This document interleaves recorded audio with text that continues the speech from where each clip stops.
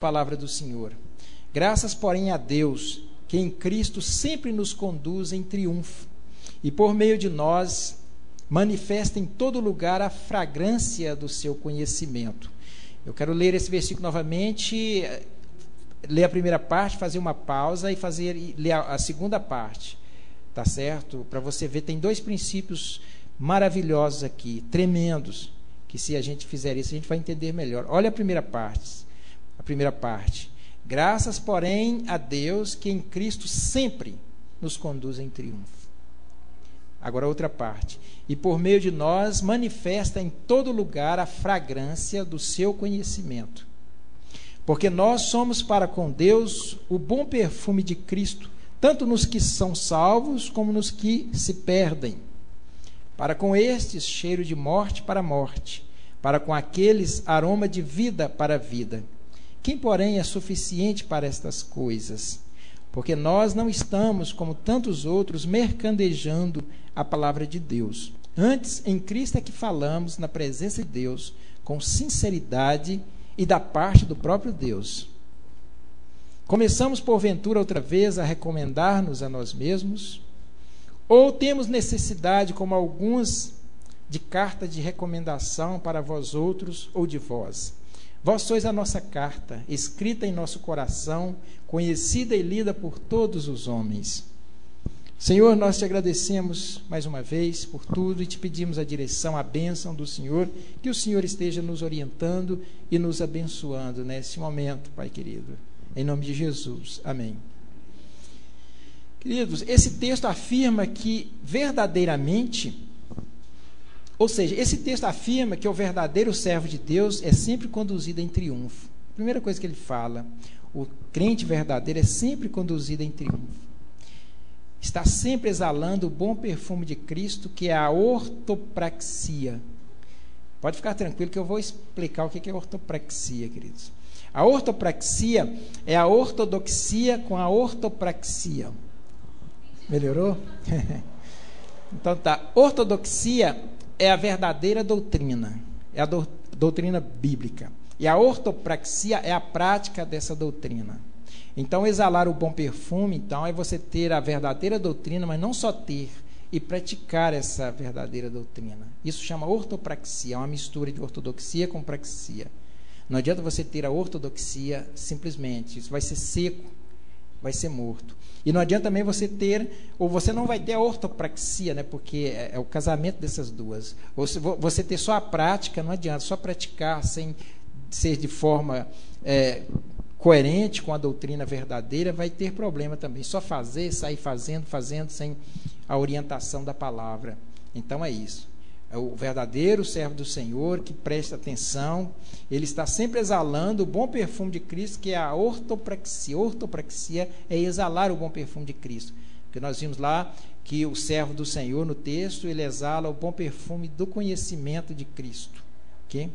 Porque nós não estamos, como tantos outros, mercadejando a palavra de Deus, no versículo 17. Né? O verbo mercadejar aí é misturar, é falsificar. Um exemplo é o leite, né? No interior, nessas cidadezinhas do interior, o atravessador, que é aquele que compra o leite na chácara e traz para vender, o leite caipira, quem já morou no interior sabe o que acontece, eles colocam água no leite para render o leite, né? Tem pessoas, eu vi dizer que um rapaz encontrou até um lambari dentro do leite, tanta água que colocaram no leite. É isso que ele está falando aqui, mercadejar a palavra de Deus. Esse é um sentido, né, de falsificar, de misturar. Veja que tem o verdadeiro, tem o leite. Mas junto com o leite tem outras misturas. Junto com o leite tem a água, né, e outras substâncias que a água tem, né, o H2O, por exemplo, os dois gases. Então, é essa questão aqui, quando ele fala mercadejar num sentido. No outro é mercadejar mesmo, é fazer da palavra de Deus um mercado. Se utilizar dela para qualquer outra coisa que não seja a glória de Deus, a expansão do reino, lançar mão da proclamação da palavra para algum benefício que não seja esse. E se exala o perfume de Cristo, logo não precisa de carta de apresentação. A carta é os frutos Ele fala, eu preciso de apresentar a carta para vocês. Não, vocês é a minha carta, ou seja, o fruto, vocês transformados, abençoados, isso é a minha carta. Eu não preciso de apresentar uma carta, né? Quem vai trabalhar, quem vai se tornar conhecido, ele precisa de apresentar uma carta. Ele diz, e eu sou a carta de vocês. Você me veja, leia em mim, olhe para mim e leia a carta. Leia o Evangelho, eu sou a carta. Ele tem as cartas, né? Epístola, ele diz, eu sou a carta. A carta, o Evangelho sou eu. Ou seja, não é que o Evangelho sou eu, você lê o Evangelho em mim. E vocês é a minha carta de recomendação. O que eu trabalhei com vocês, o que eu fiz com vocês. Então, essas três coisas, né, que ele está falando. Paulo rende graças a Deus por tudo isso. Ou seja, primeiro, por ser ele sempre conduzido em triunfo, é o que ele fala primeiro. E segundo, por exalar o bom perfume, que é a ortopraxia. E terceiro, pelo privilégio de não precisar de apresentar carta. Esse é o conteúdo desse texto que nós acabamos de ler, essas três coisas. Ele começa, não é, dando graças, glorificando a Deus, graças ao Senhor que sempre nos conduz, ou seja, sempre nos conduz, estamos sempre sendo conduzidos, todo momento, em triunfo, em vitória, com vitória. Né? E depois ele fala, e também, obrigado Senhor, louvado seja o nome do Senhor, por exalar o perfume de Cristo, o bom perfume de Cristo, que é a própria vida de Cristo. Exalar isso, viver isso, refletir Cristo, isso é um perfume. E em terceiro lugar, por esse privilégio dele, de Deus transformar ele de tal forma que ele, a leitura do Evangelho, o Evangelho está escrito nele, olhou para ele e leu o Evangelho. E aí, se alguém quiser falar, mas e aí, o que você apresenta? Cadê sua carta? Aí ele mostra para comunidade dele, para a igreja, diz, aí está minha carta, essas pessoas transformadas, eles é minha carta, eu não uso carta de apresentação de papel, eles são minha carta, a transformação que eles tiveram, quem eles eram e quem eles são, né? Todos eles é a minha carta. Então é por isso que ele está agradecendo, isso é um texto de agradecimento. Baseado nesse texto, eu quero rapidamente falar com vocês sobre três características de um crente verdadeiro, baseado na vida de Paulo. Três características de um crente verdadeiro. Primeiro, o crente verdadeiro é vitorioso em Cristo. Ele é sempre conduzido em triunfo. Está no versículo 14, não é? Que está dizendo, graças ao Senhor, porque Ele sempre nos conduz em triunfo. Quando Paulo usou essa expressão, queridos, ele estava refletindo o seguinte, ele estava refletindo na vitória de um general romano, porque Roma estava expandindo, né, o seu império, e quando um general vencia uma nação, o que eles faziam? Eles traziam todos os soldados ali, o general trazia todos aqueles soldados derrotados, cabisbaixos, um atrás do outro, e eles vinham para uma procissão, para uma festa grandiosa, e aquele general era ovacionado, ele juntamente com seus soldados, o general na frente, os soldados de cabeça erguida, todos, não é, recebendo, não é, toda elogio e tantas outras coisas, e os soldados derrotados vinham cabisbaixos, muito tristes, né, envergonhados, humilhados, desonrados para a morte. Alguns tinham sorte e iam para a escravidão, outros, a maioria, iam para a morte, eram mortos. E quando eles iam naquela procissão, né, bonita, o general e os seus soldados vitoriosos, eles queimavam incensos, lançavam perfumes raríssimo, e aquele perfume era muito gostoso, era muito agradável para o general, para o soldado, para aquela população toda. Mas para aqueles soldados ali, aquilo cheirava a morte. Aquela comemoração, aquele cheiro, ele expressava a morte. Um exemplo é quando você, por exemplo, vai num velório, né, e ali está um cheiro pesado, um cheiro que deveria ser bom, em outra ocasião poderia ser bom, mas você começa, às vezes você sente até náusea se você ficar muito tempo, daquele perfume, e é um bom perfume, mas aquilo ali tem cheiro de morte naquele ambiente.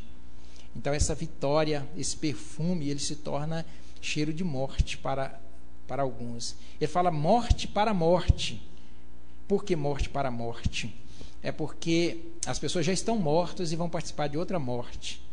esse perfume para alguns, diz o texto, é de morte para morte, porque tais pessoas já estão mortas, e outros de vida para vida, porque eles já têm vida, então eles vão ter uma vida maior ainda, mais intensa, não é? Que vai ser a completude, a plenitude da vida. Então o Evangelho é da mesma forma, aquela pessoa que transmite, exala esse perfume do conhecimento da palavra de Deus, para alguns tem cheiro de morte, mas para aqueles que têm vida, que está no Senhor, isso é cheiroso, ele cheira, ele absorve, não é? Esse cheiro maravilhoso. É isso que ele quis dizer, não é? E o general é Cristo, no nosso caso aqui, nós os seus soldados vitoriosos. Então Jesus vai na frente, o nosso general, o senhor da guerra, né? O vencedor que venceu a morte, que venceu o inferno, que venceu todos os seus inimigos, e nós vamos atrás dele marchando, vitoriosos também, e sentindo e ao mesmo tempo exalando esse perfume maravilhoso de Jesus, que é o perfume do amor, da justiça, da fidelidade, da integridade, da honestidade, de tudo que é bom. Isso é um perfume, isso é preciosíssimo, isso é raríssimo, e nós vamos não só absorvendo esse cheiro, sentindo esse cheiro gostoso, mas exalando por meio de nossa vida, de nossa postura. Então é isso que ele quis dizer, o general na frente, cheio de vitória, que é Jesus Cristo, e nós, não é, ali. Então, esse primeiro tópico aqui que eu disse para vocês, é o crente verdadeiro, é vitorioso, ele é sempre conduzido em triunfo, é o que ele fala, é o que ele agradece, ele começa agradecendo o Senhor. E de fato, queridos, o crente é vitorioso. Paulo, escrevendo aos Romanos, ele fala muito da vitória do crente no capítulo 8. Ele diz assim, ó, se Deus está do nosso lado, quem poderá nos vencer? Se Deus é por nós, quem será contra nós? Na linguagem de hoje é, se Deus está do nosso lado, quem poderá nos vencer? Quem poderia nos vencer se Deus está do nosso lado? O Criador de todas as coisas, o Senhor dos senhores, o Rei dos reis, onde tudo é criatura dele. Qual a criatura que poderia ir contra o seu Criador?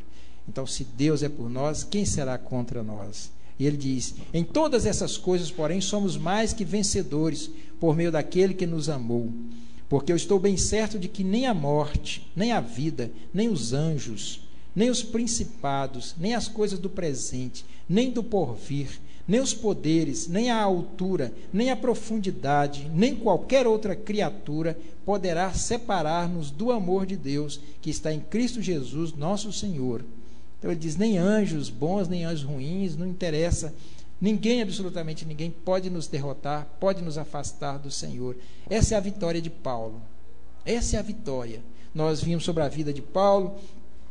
Paulo ali na sua última prisão, velho, né? O maior líder, o maior missionário, o maior pastor, o maior teólogo, aquele que fundou mais igrejas, ali pobre, velho, né? Na masmorra, pronunciando as suas últimas palavras e dizendo, eu precisava de alguém aqui depressa, pedindo para Tito, venha ficar comigo um pouco, e você vindo, traga para mim a minha capa, porque está chegando o inverno e aqui na prisão é muito frio. Ele não tinha uma capa, ele não tinha um agasalho, ele não tinha algum livro para ler. Ele diz, traga também os pergaminhos para mim, e traga a minha capa, e venha ficar comigo um pouco, porque todos me abandonaram. Então, veja bem, lembra de Jesus, né? Quando ele diz, o Filho do Homem não tem onde reclinar a cabeça. Mas Paulo, em todo momento, ele é vitorioso, ele é mais que vencedor, ele está sempre falando, né? Somos mais que vencedores, né? E ele de fato foi um vitorioso. A questão é, o que é vitória de fato? O que é ser um vencedor, né, em Cristo Jesus? Porque para uns, vencedor é aquele que está realmente rico, tem que estar rico financeiramente, então esse é vitorioso. O que não está rico não é vitorioso. Então isso está longe de Paulo, né? Basta essas poucas expressões para lançar por terra qualquer ideologia, qualquer teologia de prosperidade que diz que se você não tem um carro novo, você está em pecado. Então, que essa comunidade aqui não pense nessa heresia tá certo? A vitória que a Bíblia fala é outra vitória. É a vitória de nós vencermos o mal, de nós termos paz de fato no Senhor, ter confiança no Senhor, ter a verdadeira alegria, conseguir vencer o diabo, vencer a tentação, vencer o mundo e se conduzir exalando o perfume de Cristo, que é a vida de Cristo, que é a obra de Cristo, que é o Evangelho de Cristo. Ok?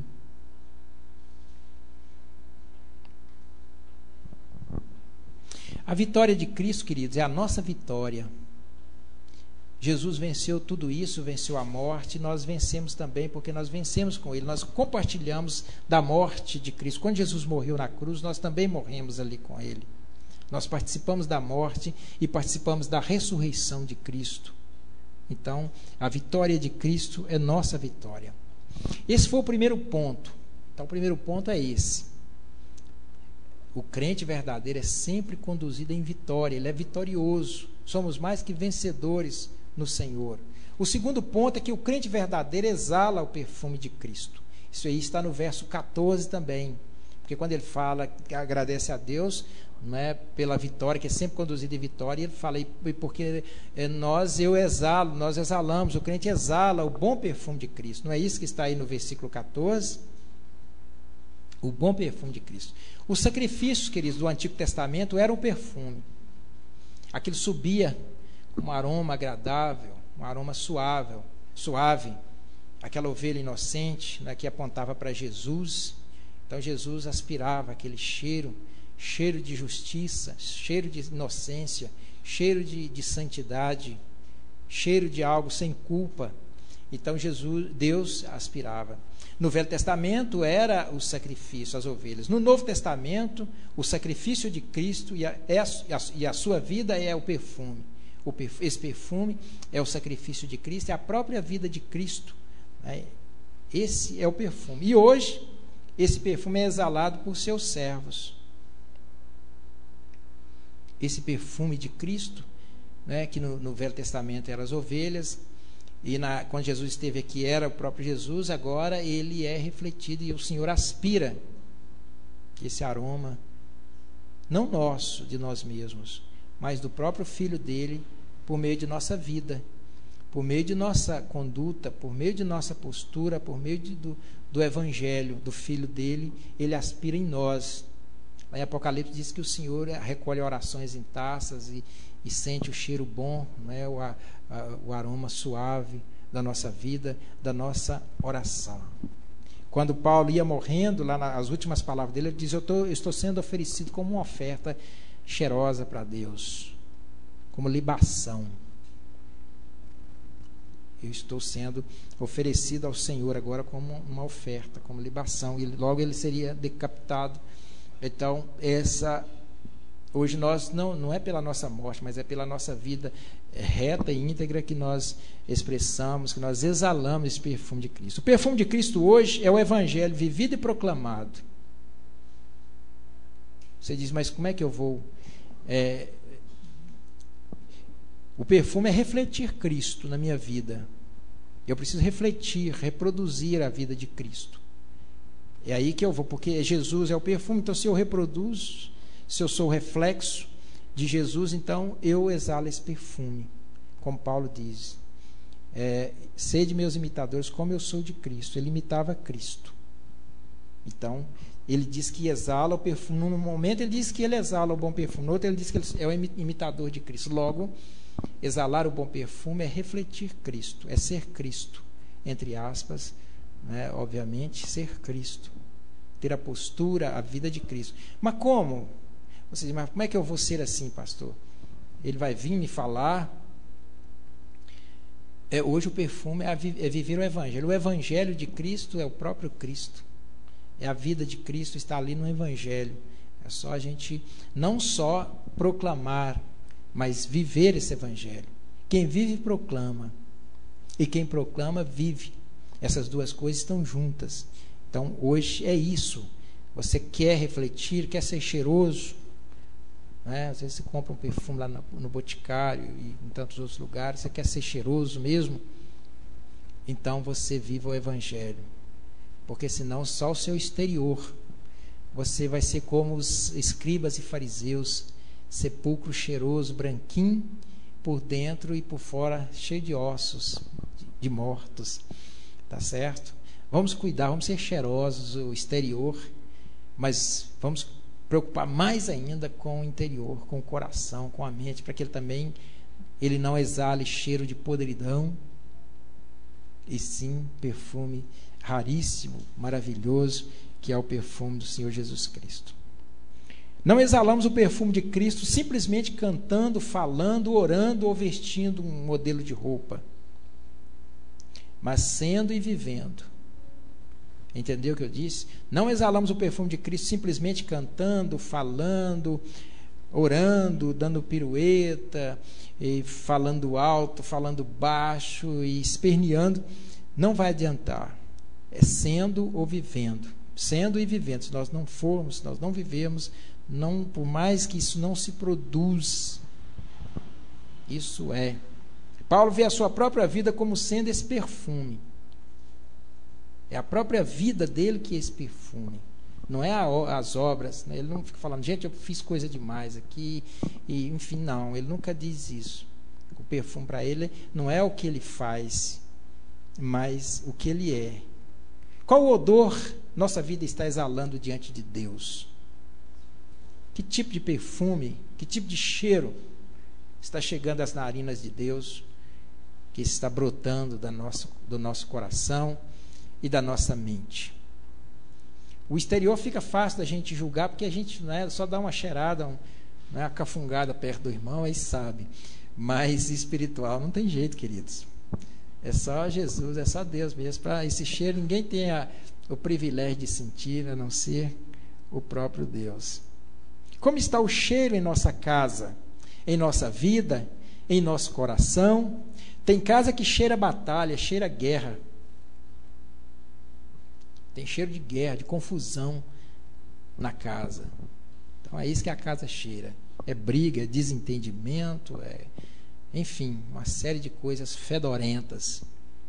Tem mente que cheira podridão. Como está o cheiro em nossa casa, em nossa vida, em nosso coração, que é a mesma coisa de nossa mente? Quando uma pessoa exala o bom perfume de Cristo, torna-se algo perceptível e geralmente as outras pessoas gostam de estar ao seu lado. Sua conversa é sadia, seu jeito é humilde e sua presença transmite paz. É isso que acontece com uma pessoa que exala o perfume de Cristo. Ela é tranquila, é gostoso ficar perto dela, ela nunca vai te ferir, te ofender. Um dia eu estava na casa de um irmão, que hoje não está na nossa igreja, eu não vou dizer quem é, não se refere a ele, mas não é bom dizer. E chegou um pastor lá, um pastor que é um pastor, ele colocou a gravata no pescoço, nada contra, fazendo a obra de Deus, amém. Mas quando ele soube que eu era pastor presbiteriano, ele começou a me humilhar, né? E por um bom tempo me humilhando, dizendo que a letra mata e que isso não é poder, que o poder vem de Deus e que, enfim, uma série de coisas. Eu digo, me humilhou porque eu não disse nada, eu só fiquei ouvindo. Não tinha, falar o quê, para quê? E aí ele falou, aí depois eu cumprimentei ele, falei, meu irmão, a paz do Senhor, Deus abençoe. Mas, enfim, e eu fiquei só pensando, que perfume é esse, que cheiro é esse que exala? Porque o bom perfume é de aquela pessoa amável, né? Aquela pessoa que não julga, com pouco conhecimento, com conhecimento um pouco mais, né, elevado, ele não vai fazer esse tipo de coisa, obviamente. Então, a pessoa que exala o bom perfume de Cristo, é gostoso ficar perto dela. E, de fato, para exalar esse perfume, não precisa de nenhum conhecimento, de fato.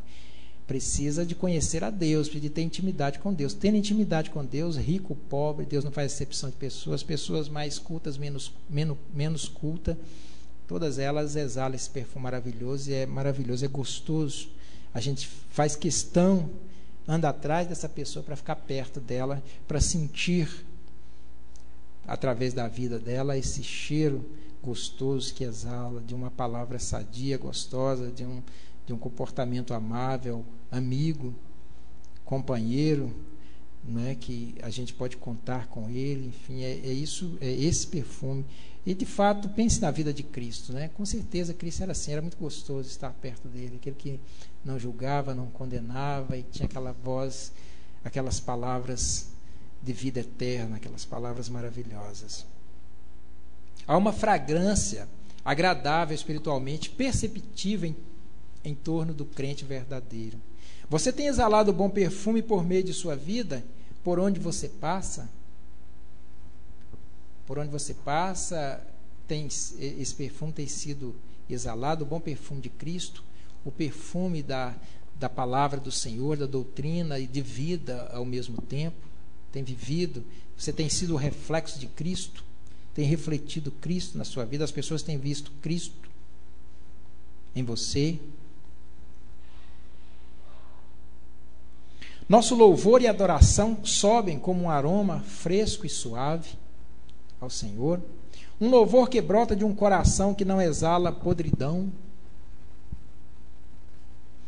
Porque o louvor, de fato, queridos, ele é um aroma agradável ao Senhor, mas só que ele brota do coração. Se o coração não estiver cheiroso, então negativo, o Senhor não vai aspirar aquele cheiro, porque vai ser insuportável aos ouvidos, porque o pecado fede carniça nas narinas de Deus, e a coisa é do coração e não do exterior. O cheiro vem de dentro para fora, não se produz instantaneamente. Então a pessoa pensa, vou produzir aqui um perfume para Jesus, produzir um cheiro aqui, e aí esforça e rodopeia, enfim, e esforça bastante, diz, isso não se produz, isso não tem como nós dissemos, isso a pessoa é ou não é, isso é vida com Deus. Então aí ele canta o que a voz dele der para cantar, ele canta, e não importa, porque está cheiroso, porque vem do coração. O Senhor vê o que está saindo do coração dele. Lá em Mateus 5, versículo 11, diz assim, não é o que entra pela boca o que contamina o homem, mas o que sai da boca, isto sim contamina o homem, porque a boca fala do que está cheio o coração. E em outra ocasião ele vai dizer, pois vocês, se referindo aos fariseus, pois vocês são como túmulos pintados de branco, que por fora parecem bonitos, mas por dentro estão cheios de ossos de mortos. Então é isso, queridos, nossa adoração, nosso louvor está brotando de um coração que exala o cheiro de Cristo, ou nós estamos tentando produzir um perfume a partir da nossa voz, dos nossos braços, das nossas pernas, a partir do exterior. Um bom perfume espalha sem contenção e abrange a todos que estão próximos. Assim é o crente, luz e sal. Esse perfume contagia. É por isso que o Senhor diz, vós sois a luz do mundo. Ou seja, a luz, ela liga lá nas trevas, ela destaca e ela sai arrebentando com a escuridão, e vai penetrando. O sal da mesma forma, você coloca ele vai, sem ser contaminado, sem pegar o gosto, ele vai dando gosto e ele vai preservando, enfim. Isso é o perfume de Cristo, quando é a pessoa cheirosa, a pessoa que tem a presença de Deus, que exala de dentro para fora. Então ele contagia as pessoas, porque ele tem o Espírito Santo de Deus, poder do convencimento, poder persuasivo, e as pessoas buscam nos nossos dias, e sempre buscou alguém em que elas possam ler. Muitas pessoas não gostam de ler a Bíblia, ler o Evangelho, ler livros, mas ela gostaria de ler você, de ler em você. Não quer ler o Evangelho no livro, mas gostaria de ler o Evangelho em você. Se ela ler o Evangelho em você, em mim, aí provavelmente ela vai aceitar o Evangelho. Às vezes ela não lê, ela não vê o Evangelho em nós, e aí ela não confia. Um exemplo é a igreja de Tessalônica, que a igreja de Tessalônica exalava, segundo Paulo, exalava esse perfume, e esse perfume era contagioso e contagiou muita gente. Em 1 Tessalonicenses, capítulo 1, versículo 8, diz assim, ó: porque de vós repercutiu a palavra do Senhor não só na Macedônia e Acaia, mas também por toda parte se divulgou a vossa fé para com Deus, a tal ponto de não ter necessidade de acrescentar coisa alguma, diz Paulo. O apóstolo compara o evangelho com o bom perfume e diz que de modo algum o modificaria para fazê-lo mais aceitável ao pensamento humano. Tal processo, aliás, já começara em seus dias. Olha o versículo 17. Ele diz que não vai misturar água no leite. Como é que está? Por favor, leia, porque eu estou sem a Bíblia na mão agora. Minha Bíblia não está na mão. Leia para nós, então. 2 Coríntios 2,17.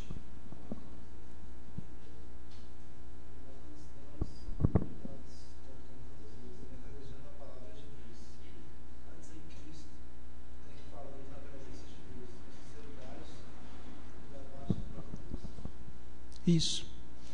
Nós não estamos mercadejando, porque se misturar alguma coisa na fragrância, no perfume, ele não fica puro. Pode conter uma parte, mas ele vai estar misturado, e misturado não serve. Misturado não serve. O perfume era puro.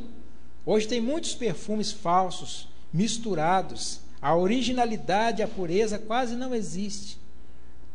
Então essa é a questão, queridos. São muitas as motivações que não é a motivação verdadeira. E o evangelho assim vai sendo pregado, e você fala, mas lá prega-se, de fato, mas o problema é a água no leite, a mistura. Ou então por motivações financeiras, e Paulo fala de um leite puro, senão não exala o verdadeiro perfume. E finalmente, o crente verdadeiro não necessita de carta de apresentação. Está no capítulo 3, versículos 1 e 2. O crente verdadeiro não necessita de carta de apresentação. A carta, como nós já dissemos, é os seus frutos. Ele não precisa de um papel, ele pode mostrar os seus frutos, e basta observá-lo. Se tiver um pouquinho de tempo para observá-lo, vai ver, de fato, ele não precisa, não é, de carta de apresentação. Melhor do que fazer uma carta é ser uma carta. É ser a carta, ser aquele conteúdo que seria colocado ali. Ser de fato é melhor. Ou poder dizer aos seus discípulos: vocês são minha carta. Ele próprio e seus frutos produzidos são a sua carta. Ele próprio e os seus frutos produzidos são a sua carta. Os falsos mestres tinham apresentado cartas aos coríntios e solicitado carta dos mesmos. Tinha os falsos, ele estava se referindo aí a alguns falsos mestres que tinham ido para Corinto e tinham levado carta de apresentação cheia de elogios e outras coisas mais, e também exigido uma carta de apresentação deles, quem eles eram, enfim. É por isso que Paulo está dizendo: será que eu também preciso de carta de apresentação, de apresentar carta, ou de pegar, ou quando eu for para outra igreja trabalhar, eu vou ter que levar uma carta, escrever uma carta? Ele diz: vocês são a minha carta. Vocês são a minha carta, e eu sou a carta. Então eu não preciso de carta. E é por isso que ele se alegra e louva a Deus, porque ele não precisa dessa carta de apresentação. A vida de pessoas transformadas pelo Espírito Santo por meio do nosso trabalho, essa é a nossa carta. Essa é a nossa carta. A vida de pessoas transformadas pelo Espírito Santo por meio do nosso trabalho. Então, pessoas que você pode contemplar, que não você não fez nada, mas como instrumento. Deus é quem fez, mas Ele te usou. E você olha para essa pessoa hoje e louva a Deus. Toda a glória é de Deus e não sua, mas você fica alegre por ter sido usado, por ter sido um simples ferramenta, um simples vaso do Senhor, e diz: essa é minha carta de apresentação. Vidas transformadas, vidas que Deus usou por meio do meu trabalho, né, para fazer isso. Isso é a carta, isso que nos alegra. Você teria carta para apresentar caso alguém duvidasse do seu trabalho para Cristo? Se alguém duvidar, você tem cartas. para apresentar a Ele, dizendo a minha carta, as minhas cartas. Que bênção de cartas. Cada cristão deveria ter um testemunho de vida e um trabalho para apresentar como uma carta. Certo? Cada cristão, eu repito, deveria ter um testemunho de vida e um trabalho para apresentar como uma carta. Está aqui minha carta, meu testemunho de vida e os meus frutos. Essa é a minha carta. Não para a sua glória, claro, mas para a glória de Deus. Os frutos de nossa vida nos apresenta como cristãos verdadeiros? Essa é a pergunta. Os frutos da nossa vida, né, que viver, o fruto é a nossa vida, a nossa postura. Isso poderia ser nos apresentado como um cristão verdadeiro, ou nos denunciam? Muitos não querem ler o Evangelho em livros, eu repito, querem ver em você. Eles querem ver em mim e em você o Evangelho. Será que eles realmente podem ler o Evangelho de Cristo em mim e também em você? E concluindo, queridos, eu digo o seguinte: se você não tem se conduzido em vitória espiritualmente, obviamente, quando a gente fala vitória, é espiritualmente, paz, conseguido dominar essa fera que está dentro de você, não tem tido paz, alegria, domínio próprio, não tem produzido fruto do Espírito, isso é que é vitória em Cristo. Se você não tem experimentado isso, tem fraquejado diante do inimigo, não tem exalado bom perfume, não tem sido uma carta que possa te recomendar, você precisa repensar a sua vida, você precisa recomeçar, rever os conceitos e procurar ser assim. O Evangelho é coisa simples. Depois de tudo que nós falamos, eu poderia voltar só numa frase e matar tudo. Refletir Cristo. É isso que você precisa. Você é cristão. Cristão parece um aumentativo, mas é um diminutivo. Significa cristãozinho, um pedacinho do todo. É por isso que eu falei que você é Cristo, entre aspas, porque você é um pedaço de Cristo. Ou seja, Cristo é a cabeça e você é o corpo. Então você reflete Cristo, você é Cristo, de uma certa forma. Então é isso que eu queria dizer, que você precisa refletir Cristo. E refletindo Cristo, você exala o bom perfume, porque Jesus foi o sacrifício perfeito. Jesus obedeceu o Senhor perfeitamente. E isso é cheiroso nas narinas de Deus. Aqueles cordeiros, aquele sacrifício era cheiroso porque aquele cordeiro era inocente, sem culpa, justo, porque ele não tinha pecado. E aí ele cheirava e apontava para Cristo. E agora nós temos que procurar imitar Cristo. Obviamente que nós nunca vamos ser exatamente como Cristo, mas o fato de nós estarmos procurando, lutando, batalhando para sermos, fugindo da aparência do mal, procurando cada momento aproximar de Jesus, essa é a nossa tarefa. Você tem se esforçado a fugir do mal, ou tem fugido em direção, ou tem corrido em direção ao mal? Tem fugido, tem evitado, tem exalado o bom perfume de Cristo? Nós vamos colocar em pé e nós vamos curvar a cabeça, e você vai falar com Deus agora. E você vai colocar a sua questão para Deus e vai pedir ao Senhor que Ele te capacite a exalar esse bom perfume. Que o Senhor te capacite em conduzir-se em vitória. Vitória contra o inimigo, vitória contra a carne, vitória contra o mundo. Vai pedir que você caminhe em vitória, e que você exale o bom perfume, e que você seja uma carta, e que você tenha uma carta de recomendação, que são frutos de um trabalho para Deus e de uma vida com Deus. Então curva a sua cabeça e vamos falar com Deus, só você e Deus, e só eu e Deus também, eu também vou falar.